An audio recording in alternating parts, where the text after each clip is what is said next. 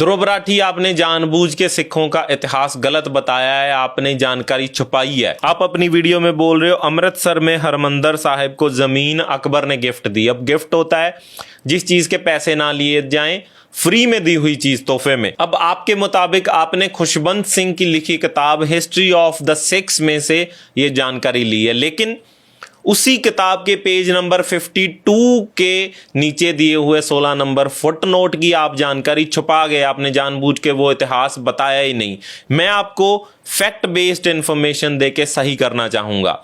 ये जो जानकारी आपने छुपाई है, ये है 142 साल पुराना डॉक्यूमेंट। ये किसी सिख की लिखी हुई किताब नहीं है, एक सरकारी दस्तावेज है। इसमें क्या लिखा हुआ है? इसमें लिखा हुआ है he obtained a grant of the site. He मतलब गुरु रामदास जी, यानी कि गुरु रामदास जी ने उस साइट की, उस जगह की मंजूरी ली। किससे ली?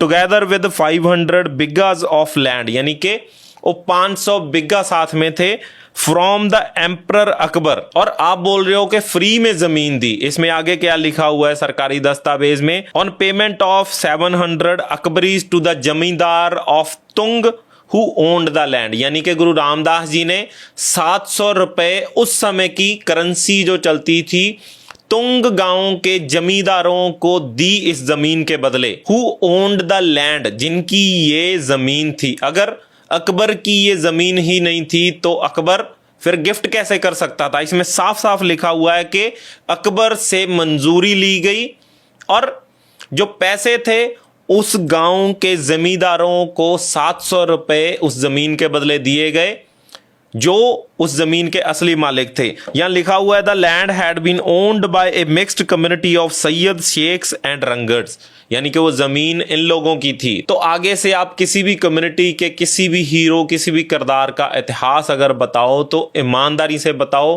कोई भी बात आप छिपाओ नहीं और सही इतिहास बताओ।